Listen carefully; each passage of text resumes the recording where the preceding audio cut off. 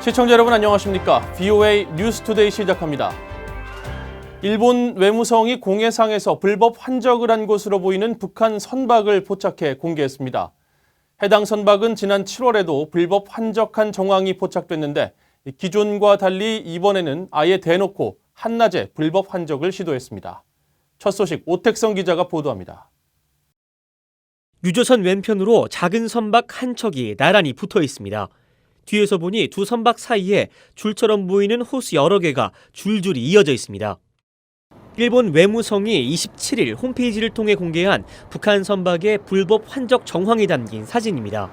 외무성은 사진 3장을 공개하면서 이 선박은 북한의 유조선 남산 8호이며 자료를 종합해 봤을 때 불법 환적을 시도하고 있는 것으로 강하게 의심된다고 지적했습니다. 일본 외무성에 따르면 남산 8호는 지난 16일과 17일 중국 상하이 근해에서 남동쪽으로 290km가량 떨어진 동중국해 공해상에서 불법 환적으로 의심되는 활동을 이어갔습니다. 외무성은 이번 북한 선박의 의심스러운 모습이 일본 방위성, P1 초계기 등의 정찰 활동을 통해 포착됐다면서 유엔 안보리 전문가 패널뿐 아니라 관계국들에 이를 공유했다고 밝혔습니다. 일본의 북한 불법 환적 정황 공개는 이번이 11번째인데 이번에 주목되는 점은 불법 환적 정황이 포착된 시간이 지난 16일 낮 12시와 17일 오전 9시라는 점입니다. 감시를 피하기 위해 밤 시간을 이용했던 기존과는 차이가 납니다. Their transfers at night or just before dawn to reduce the chances of surveillance detecting vessels. 남산 8호는 지난 7월에도 일본 외무성에 의해 불법 환적 정황이 포착됐는데 당시 사진을 보면 어두운 자정 무렵이었는데 이번에는 대놓고 낮에 불법 환적을 한 겁니다. 남산 8호는 유엔 안보리 전문가 패널이 제출한 지난 3월 연례 보고서와 9월 중간 보고서에서도 불법 환적이 지적됐었습니다. 지난 2월에는 미국 재무부가 특별 지정 제재 대상으로 지정하기도 했습니다. 남산 8호는 지난 2017년 9월 이후 2년 넘게 단 한 번도 선박 자동 식별 장치 AIS를 켜고 운항한 적이 없는 것으로 선박 추적 사이트 마린 트래픽을 통해 확인됐습니다. VOA 뉴스 오택성입니다.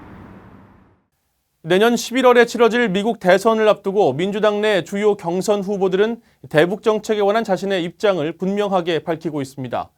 트럼프 대통령의 대북 정책을 강하게 비판하면서도 동맹과 외교를 통해 해결해야 한다는 견해가 압도적으로 많았습니다. 김영권 기자가 보도합니다. 전미 여론조사 평균 27% 지지로 선두인 조 바이든 전 부통령은 북한의 김정은 위원장을 폭군으로 비난하면서도 외교적 해법을 강조했습니다. Are we a nation that embraces dictators and tyrants like Putin and Kim Jong-un? 그러면서 자신이 대통령이 되면 트럼프 대통령처럼 김정은에 대한 러브레터는 없을 것이며 북한 비핵화란 공유된 목표 진전을 위해 협상팀에 힘을 실어줄 것이라고 말했습니다. 여론조사 평균 19%의 지지를 받는 버니 샌더스 상원의원은 북한과의 평화관계 촉진을 통한 비핵화 해법을 강조했습니다. 특히 동맹인 한국과 긴밀한 조율 속에 평화와 비핵화 과정 병행 입장을 밝혀 현재 한국 정부의 대북 정책과 비슷했습니다. 16%의 지지를 받는 엘리자베스 워런 상원의원은 북한 정권이 과거 약속을 계속 어긴 사례를 지적하며 검증 가능한 비핵화 합의를 강조했습니다. 북한이 무기 증강이나 확산을 하지 않는 대가로 부분적이고 제한적인 대북 제재 완화를 검토할 준비도 돼 있다고 말했습니다. 지지율 평균 9%인 피트 부티지지 인디애나주 사우스밴드 시장은 단기간 내 북한의 완전한 비핵화는 비현실적이며 오랜 기간에 걸친 지속적, 단계적 해법이 필요하다고 말했습니다. 북한 당국이 핵물질 생산과 핵미사일 시험을 중단하고 이를 국제사찰단이 검증하는 대가로 일부 제재를 완화하는 초기 동결 합의를 지지하겠다는 입장도 보였습니다. 뒤늦게 대선에 뛰어들어 5%가량의 지지를 받고 있는 마이크 블룸버그 전 뉴욕시장은 트럼프 대통령이 약화시킨 동맹과의 강력한 유대 관계를 회복해 북한 문제를 해결해야 한다는 기존의 입장을 강조하고 있습니다. You can't deal with a rogue state like Korea by yourself. You have to have great, tight relationships with all or lots of other countries, particularly the surrounding countries. And unfortunately, America is going in the other direction. 하지만 군사적 해법엔 반대 입장을 분명히 했습니다. 첫 아시아계 미국인으로 평균 3%의 지지를 받는 앤드류 양 후보는 북한과 조건 없는 대화에 나서겠다면서 현실적이고 단계적인 대북 접근법이 최선이기 때문에 김정은 위원장과도 조건 없이 만날 수 있다고 밝혔습니다. 민주당 주요 대선 후보들은 새해 1월 14일 첫 경선 코커스 당원대회가 열리는 아이오와주에서 7차 토론회를 갖습니다. BOA 뉴스 김영권입니다. 북한이 세계 금융 시스템을 악용하면서 이 제재 회피 기법을 계속 진화시키고 있다고 전 유엔 대북제재위원회 전문가가 밝혔습니다. 특히 사이버 영역에서는 기존 불법 활동 범위를 뛰어넘는 역량을 보이고 있다면서 국제적인 대응을 촉구했습니다. 김시영 기자가 취재했습니다. 2014년부터 최근까지 유엔 안보리 대북제재위원회 전문가 패널에서 활동했던 스테파니 클라인 알브란트 위원은 VOA와의 전화 인터뷰를 통해 북한인들이 이름과 국적을 세탁하며 세계 금융 시스템을 악용하고 있다고 지적했습니다. 유엔 대북제재위 활동 기간 선박 간 환적과 석탄 수출 등 제재 회피를 위한 북한의 불법 행위를 수없이 확인했다고 밝혔습니다. So they'll now use like one ship and then they'll send smaller feeder vessels back and forth. And they sometimes they'll operate by using some support from the embassies, the North Korean embassies. 알브란트 위원은 그러면서 북한의 제재 회피를 막기 위해서는 제재 명단만 내는 게 아니라 불법 행위 가담 북한인과 회사를 찾아내 직접 제재해야 한다고 강조했습니다. 북한의 불법 금융 활동을 집중적으로 추적해온 알브란트 전 위원은 특히 북한의 사이버 공격 역량에 대해 크게 우려하면서 지난해 칠레 등 28개 국가의 현금 인출기 등을 통해 수천만 달러를 몇 시간 만에 훔쳐간 사실을 지적했습니다.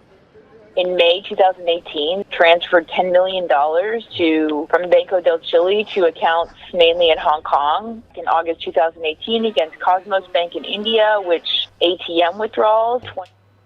알브란트 위원은 북한이 사이버 공격을 통해 벌어들이는 이득이 다른 불법 활동을 통한 수익을 뛰어넘었다면서 국제사회가 적극 대응해야 한다고 강조했습니다.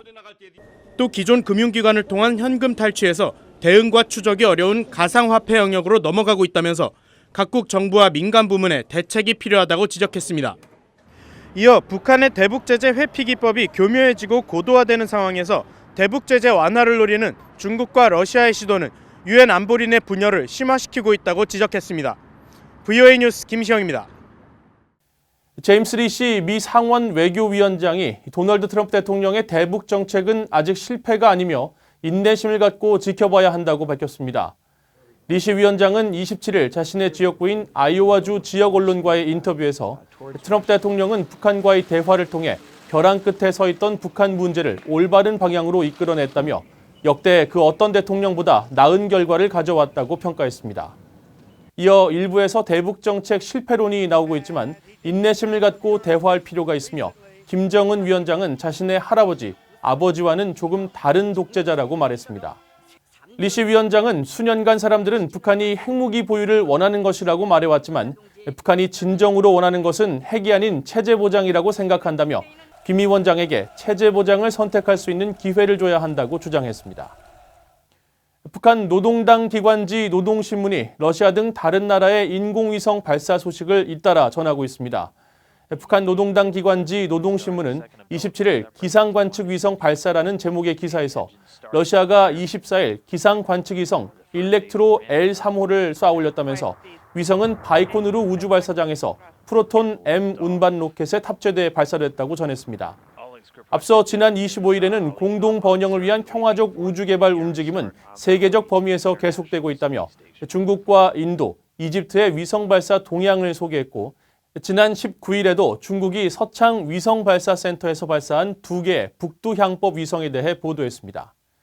이 같은 보도는 내년에 미국을 압박하기 위해 인공위성을 탑재한 로켓을 발사하기 위한 정당성 쌓기용일 수 있다고 연합뉴스 등 한국 언론들은 보도했습니다. 미국과 러시아가 러시아 내 한국전쟁 미군 실종자와 포로들의 생사 확인과 유해 인도를 위한 협상을 개최해 양국 간 행정적 지원을 논의했습니다. 미국 국방부 산하 전쟁포로 실종자 확인국 DPAA는 27일 미러 합동 전쟁포로 및 실종자위원회 기술협상이 지난 12일 모스크바에서 개최됐으며 한국전쟁과 냉전에서 실종되거나 포로가 된 미군의 송환을 위한 기술적 지원을 논의했다고 밝혔습니다.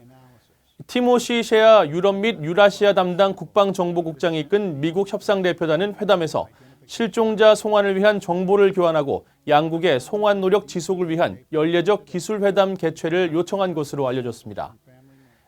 이상으로 VOA 뉴스투데이를 마칩니다. 시청해주신 여러분 고맙습니다.